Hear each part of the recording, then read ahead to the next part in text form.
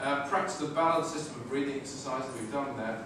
Develop self-confidence, but always with humility and a sense of humour. If you've got all those three, you're laughing. You've got self-confidence and with humility. That's quite a balance to have. It's very difficult to achieve. But practice will give you confidence. When you start to get things, you start to get results, you start to feel energy. You see other people, like we've seen today, getting some of you fantastic results on an exercise you've never done before in your life. And by the way, there's an atmosphere in here where we are helped. We are being helped in this class. I mean, we are, higher forces are interested in helping in a class like this. We come together. 1 and 1 isn't 2, it's more than 2. The combination of people coming together. And this will help you to get results, but you're still getting them. And it's very good. And then you can gain confidence from this as well. These are things not to do. Don't develop psychic powers for their own sake. Just so you can say, look, I can bend a spoon first. Or something. If it's just for that, forget it. Your cutlery will get better anyway. Won't get better.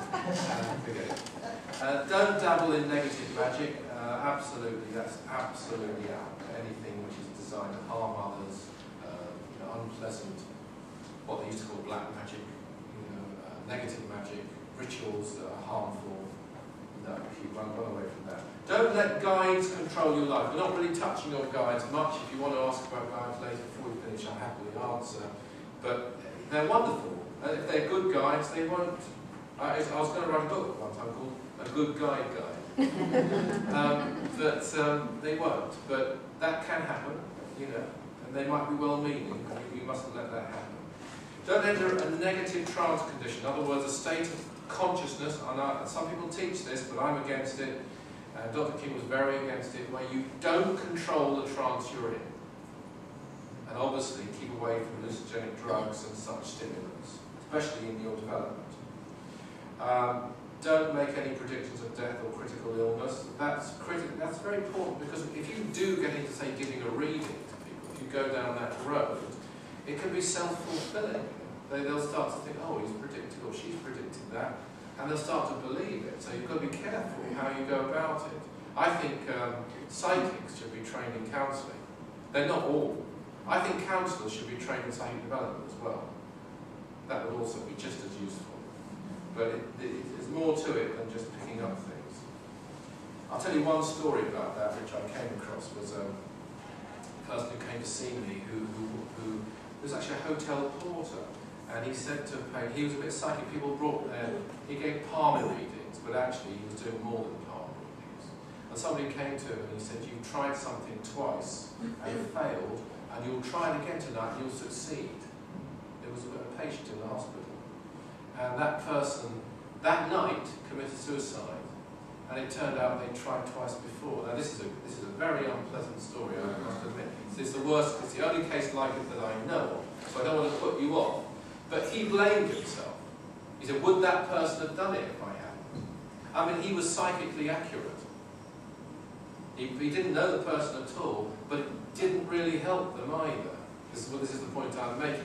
Whereas, if he'd gone deeper into his inner voice, his intuition, gone beyond the psychic level, perhaps to the spiritual level, he might have picked it up as a warning and said, look, there's something you've tried twice, don't try it again. Or something, you've got more from it, you see what I mean? So it's quite a lot to this. It's not just going off and I'm afraid there's plenty of people who do that, a little bit psychic, and one of the most dangerous kinds of psychic practitioner is one who's sort of 80% accurate.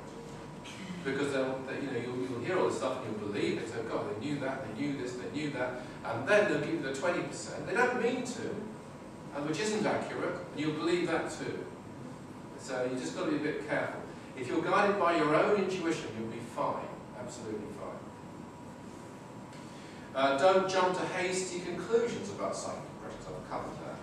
Don't allow your emotions to interfere with your psychic impressions. That's very, very easy to do. And there's something which I call the